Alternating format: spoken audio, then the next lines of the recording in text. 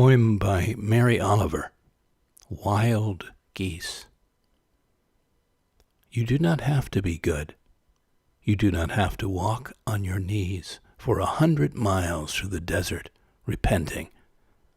You only have to let the soft animal of your body love what it loves. Tell me about your despair, yours, and I will tell you mine. Meanwhile, the world goes on. Meanwhile, the sun and the clear pebbles of the rain are moving across the landscapes, over the prairies and the deep trees, the mountains and the rivers. Meanwhile, the wild geese, high in the clean blue air, are heading home again.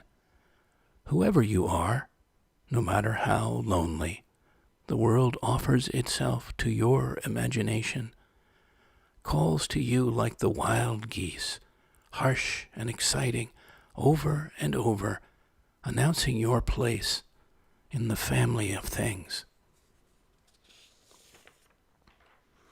Welcome, and thank you for leaning in to the 30th Floating Poetry broadcast in this weekly series, coming to you live from the coast of New England, from Watch Hill, Rhode Island, by the sea, the inviting and receiving sea.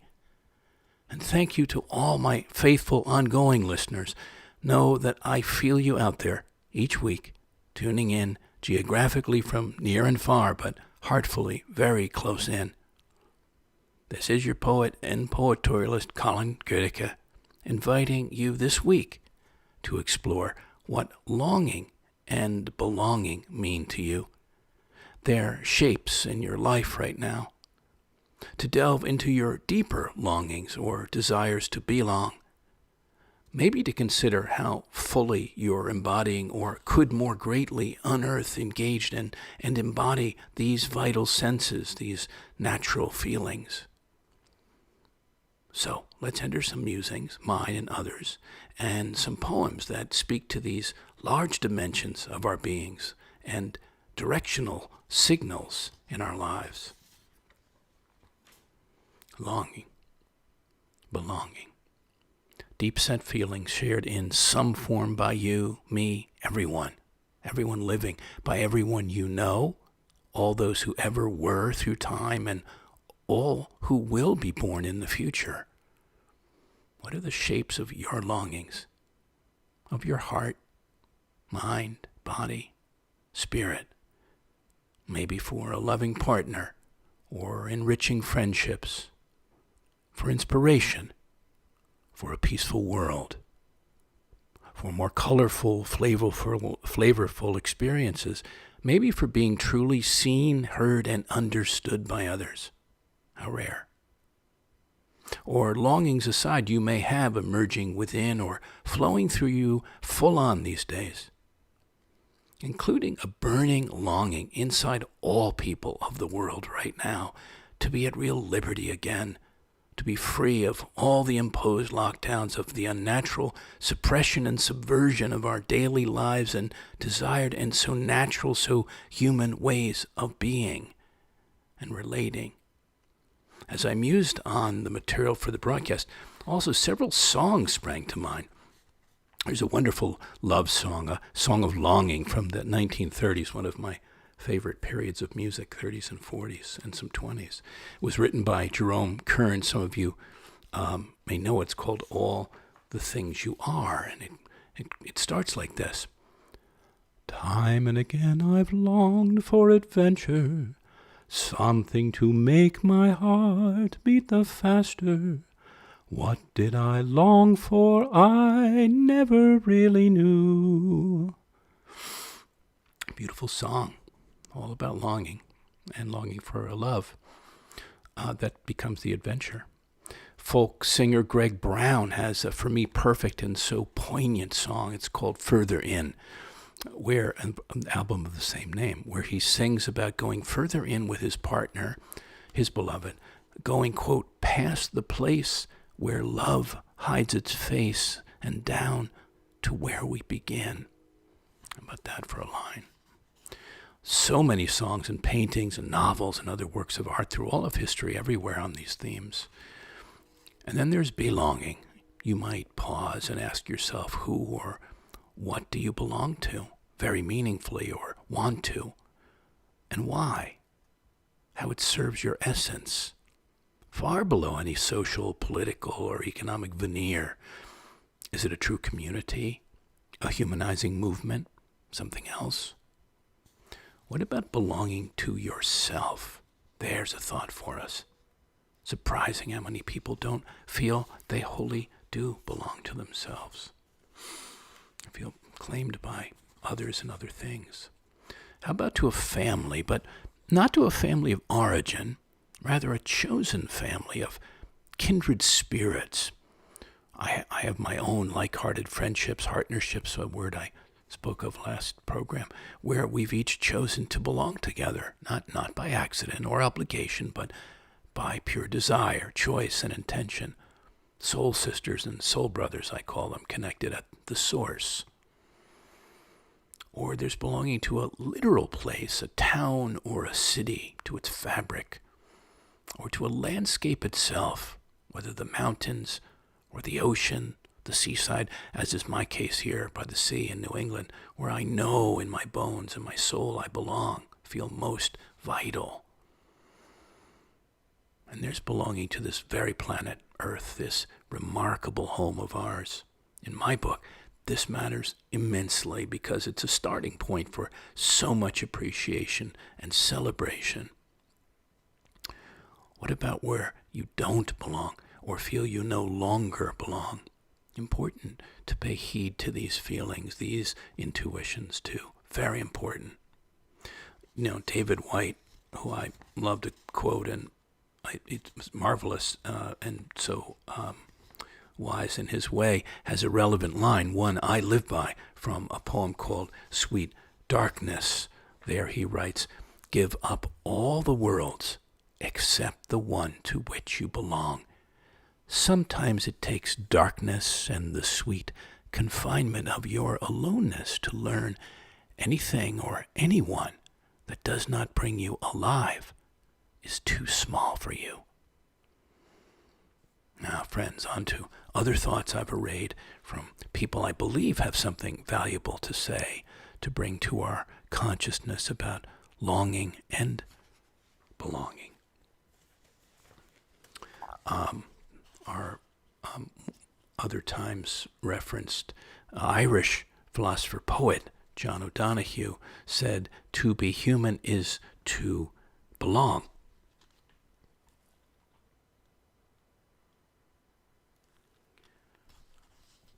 Belonging is a circle that embraces everything.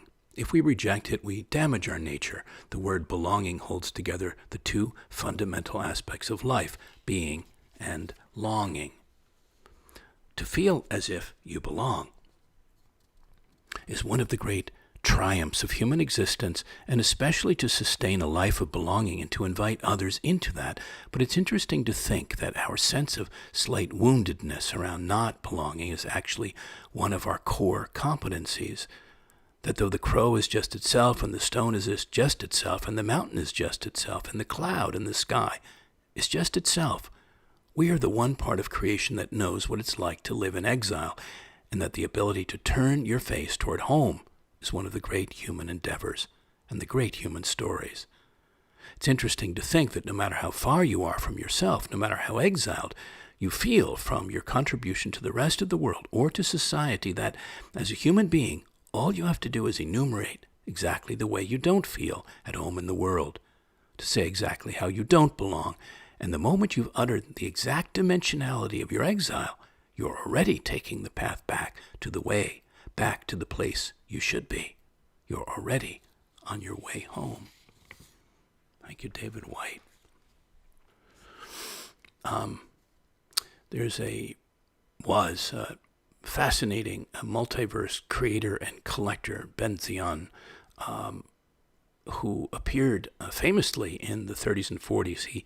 He appeared first as an expressionist painter in the Group of 10 in pre-war New York, and he worked prolifically into his 90s. And he said about longing is the most aesthetic feeling. It sharpens all the five senses. It penetrates space and time, The sadness of longing is like the sadness of a fine poem or a fine work of art that makes you happy.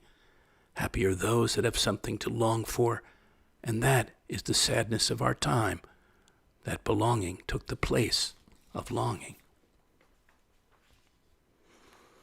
There's a writer, poet, and MIT professor, Alan Lightman, who one of his books that I learned about him by back in time was the book Einstein's Dreams. Wonderful little book, fanciful. And he spoke at one point on our yearning for immortality in the face of constant change. And he said, I don't know why we long so for permanence, why the fleeting nature of things so disturbs. With futility, we cling to the old wallet long after it has fallen apart. We visit and revisit the old neighborhood where we grew up, searching for the remembered grove of trees and the little fence. We clutch our old photographs. In our churches and synagogues and mosques, we pray to the everlasting and eternal. Yet in every nook and cranny, nature screams at the top of her lungs that nothing lasts, that it is all passing away. All that we see around us, including our own bodies, is shifting and evaporating, and one day will be gone. Where are the 1 billion people who lived and breathed in the year 1800, only 2 short centuries ago? Alan Lightman. The novelist Willa Cather had this to say: one realizes that even in harmonious families, there is this double life, the group life, which is the one we can observe in our neighbor's household, and underneath, another, secret and passionate and intense, which is the real life that stamps the faces and gives character to the voices of our friends. Always in his mind, each member of these social units is escaping, running away, trying to break the net which circumstances and his own affections have woven about him. One realizes that human relationships are the tragic necessity of human life, that they can never be wholly satisfactory, that every ego is half the time greedily seeking them and half the time pulling away from them. Very interesting. Found that extremely interesting.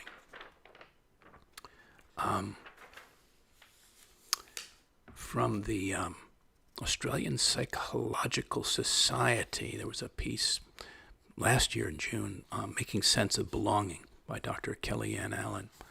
And this one line or paragraph struck me.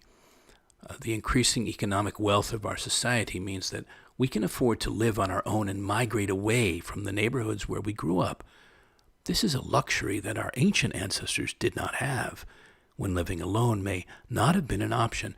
While the modern single person is unlikely to fall prey to a deadly predator, we are still learning what kind of impact the changes to the way we live, work, and socially interact have on our psychological health.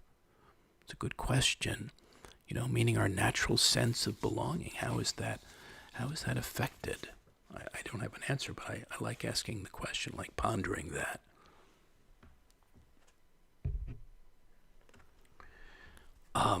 The poet Henry Beston, I referenced him in another program the other week, and for a different reason, but bringing him in now because back in 1948, he spoke about our only hope for healing, and said, under today's disorders, this is back in 48, under today's disorders, there is something at work among the nations whose great importance has not yet been adequately realized. The need for a community to live in and live with.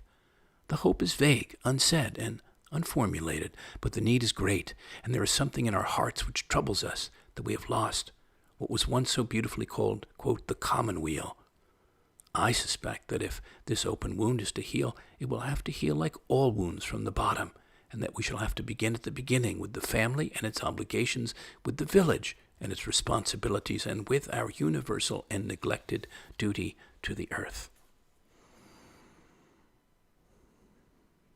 Well, how apropos is that?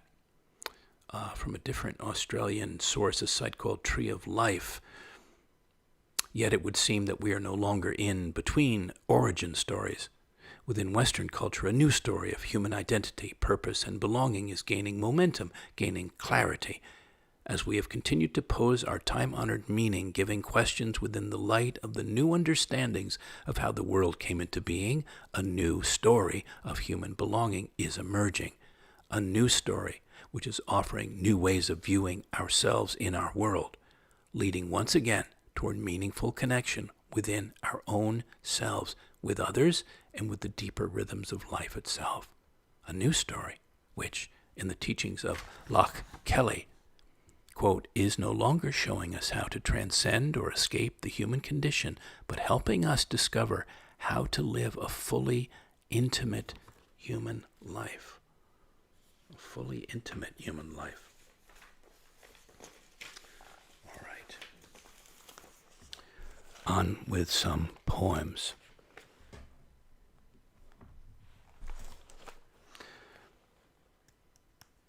So, a poem, I thought to lead into these, about how our longings and senses of belongings can change over time in life and life story, circumstance, and to heed each call afresh. As I began to do several autumns ago, up on Mid-Coast Maine, 6 states of being is this piece. Away from the state of being I was born and raised in, and the one I lived in before graduating, small g, and the state of marriage and profession I inhabited for decades, and later the state of greater liberating love with a wildly rare other. Now to a 6th desired state inside and beyond my body and mind, one my spirit and senses pass, prism through at times, not yet fully residing, a state of deeper interest, possible port of call, wider opening for a soul, for this soul, maybe a farther north, truer north frame for this whole self, this traversing, transcending self, a purer and simpler place, a salty, serendipitous place of inspired being, desired belonging. Speaking of the Mary Oliver poem we began with, was a poem that I wrote at one point out on the South Fork of Long Island, invoking an experience at that moment, a longing for a natural wonder one night, and a sense of oneness with the vast universe, and it was answered out in Sag Harbor one June night. It's called Shooting Star. I awake widely in the silent hours, while the rest of the house close to bay and sea is dreaming. Stand, turn my face to the open window and night sky spread over the silhouettes of treetops, blue on black. Look at the constellations floating round their moorings, and wish for a shooting star to loose, which suddenly lights out, streaking wondrously, zinc whitely through the dark, through a newly hopeful place in the center of my heart. Shooting star. A poem to share again on this wavelength of this theme of today. So apropos and so affirming of what epiphanies we can arrive at, no matter how late in our lives. Certainly early is wonderful, but no matter how late. This is David Whyte's Easter Morning in Wales. A garden inside me, unknown, secret, neglected for years. The layers of its soil, deep and thick, trees in the corners with branching arms and the tangled briars like broken nets. Sunrise through the misted orchard. Morning sun turns silver on the pointed twig. I have woken from the sleep of ages, and I am not sure if I am really seeing or dreaming or simply astonished, walking towards sunrise, to have stumbled into the garden where the stone was rolled from the tomb of longing. Thank you, Dave. Beautiful, beautiful poem. One of my favorites. So many of his. more on the belongingness in having deep harmony with another, especially with an intimate partner that our hearts so long for. When it comes, what a grace it is, and not as a completion or fulfillment, but as a great enhancement to living our days. This poem is called "This Heart Deserves a Good Home," with another good heart, another deep heart, one ready and free willing to share, to be all there, all clear, to dive and soar, feel together, dream and float together, be at home together through the sunlight, the twilight and moonlight hours of living. All our homes deserve a good heart. I spoke about, in my thoughts about belonging to a place, and whether for a long or short time. And here was a house and a street in a neighborhood, Cobble Hill, Brooklyn, where I did several poet in residencies, and I felt immediately that I belonged there for the times that I was there. Not even a question. Very, very much at home, partly due to the loving owners and friends and patrons and the place itself, which is so inviting and embracing. And this was dedicated to them, Molly and Eriko. And it was a May back in 2016 on DeGraw Street, Cobble Hill, Brooklyn, here on the hill. Wisteria is blooming. A dog has paused to scent the rain-soft air. Eye the soaked, dark sycamore barks. Children are coming home from school in the holding hands of their mothers. And through the high black gate and French blue doors, there's plenty. There's wonder. A red-robed, gold-flecked angel, wings, arms open, seeds to germinate, many layers of texture, but no map of this terroir. Just a mood of stained glass light, solace, serendipity. Here, on the hill.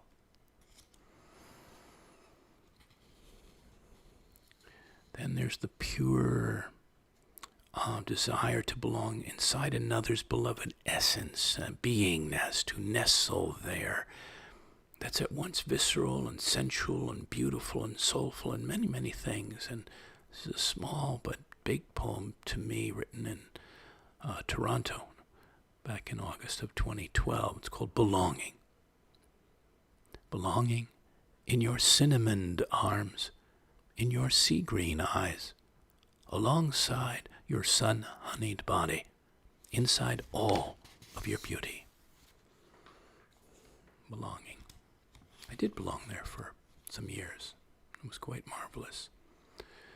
Poet Marie Howe has a poem about belonging to the pure isness of it all, of this life. It's called Singularity, and we're sort of getting down to our last things here to share. Marie Howe, Singularity. She has this dedicated after Stephen Hawking. Do you sometimes want to wake up to the singularity we once were? So compact, nobody needed a bed or food or money. Nobody hiding in the school bathroom or home alone, pulling open the drawer where the pills are kept. For every atom belonging to me as good belongs to you, remember? There was no nature, no them, no tests to determine if the elephant grieves her calf or if the coral reef feels pain. Trashed oceans don't speak English or Farsi or French. Would that we could wake up to what we were when we were ocean, and before that to when sky was earth and animal was energy and rock was liquid and stars were space and space was not at all, nothing. Before we came to believe humans were so important, before this awful loneliness. Can molecules recall it? What once was, before anything happened? No, I know, we know one. No was, no verb, no noun, only a tiny, tiny dot brimming with is, all, everything, home. Thank you, Marie Howe, for that. And just before we wind out, I have two, something of mine at the end, but two short poems by the fabulous poet Joseph Stroud. And this is called Hovering, first one, Hovering. for his friend Tom Marshall. Tom and I are walking Last Chance Road down from the mountain where we had been hunting mushrooms under a stand of coast oaks, walking down and looking out to the Pacific shimmering in the late fall sun, the light on the surface like glittering flakes of mica, when we see a white-tailed kite hovering in the air, hovering over a green pasture, hovering over the day, over the two of us, our very lives hovering as well, there on the California coast, in the fall, in the sun, on our way home, with a sack of chanterelles, with our love for this world, with so much time and so little time, all of it hovering and hovering still. And from that same collection I've been visiting is this piece called The Lost World. In Tao Tien's poem, a fisherman goes far into the wilderness and comes upon a cave which he enters and walks through until he comes out into another world. A landscape of tilled fields with gardens and thatched huts and people going about their lives with a serene contentment, and they invite the fisherman into their homes, feed him, give him wine, question him about the other world they had left centuries before, trying to escape famine and war to settle in this hidden place, and the fisherman tells them what he knows of history, of changing dynasties, rebellions, wars. When he turns to leave, they ask that he not tell those out there where he had been. So the fisherman goes back into his world with the story of this unknown place, a country so many have been searching for, a lost world not even the fisherman or Tao Tien could find again. And next to last, also back in Cobble Hill another time, one of my mantras is always be graceful, always be grateful. And this poem speaks to the states of grace we can find everywhere, inside and out. Certainly something I long for always and practice. And it was written for the original architect of this house, which was originally a church, a Lutheran church, and it was converted into a house. But a lot of elements were kept, the choir loft where I slept and the stained glass, and so it had a wonderful energy about it. And his name was Theobald Engelhardt, and this is called Thank You, Theobald, for so worshipfully architecting, so Engelhardting the now pewless church where I sit to compose, where reverent Lutheran Germans sat together a century ago to pray. Maybe my poems and their prayers are not far apart, shared meditations on the great and small glories of the world, on living into life in a state of grace. And last, and our time together, musings that I had around these themes led me to this poem as a closer about the longing for acceptance and forgiveness, and a sacred vow it led me to make years ago that I've since entirely honored, lived by, foregoing all judgment, for a way of non-judgment, no judging allowed or left warping anywhere inside, casting to the winds forever that great destroyer of harmony, that poisoner of possibility between beings, between partners, best friends, communities, countries, only taking a path of acceptance daily and ready forgiveness, a blameless place, a liberating place, the heart of the world also longs for. Thank you for listening in and feeling in, and during this pandemic, everyone helping to support these programs in poetic arts with donations and sharings out and enthusiasms. Thank you. Every contribution is welcome, and all are easily makeable by PayPal and Venmo and directly through my site, as are invitations to have me as an artist in residence to create new work for a month or a season or sponsor a poetic arts project. I love receiving questions. Send me yours around this or any prior broadcast. I'll be answering many in a live program before year end. Email me at colin@thepoetorialist.com. Remember, all the shows are online for replays and to share freely with your people. I invite you to lean in next week or soon again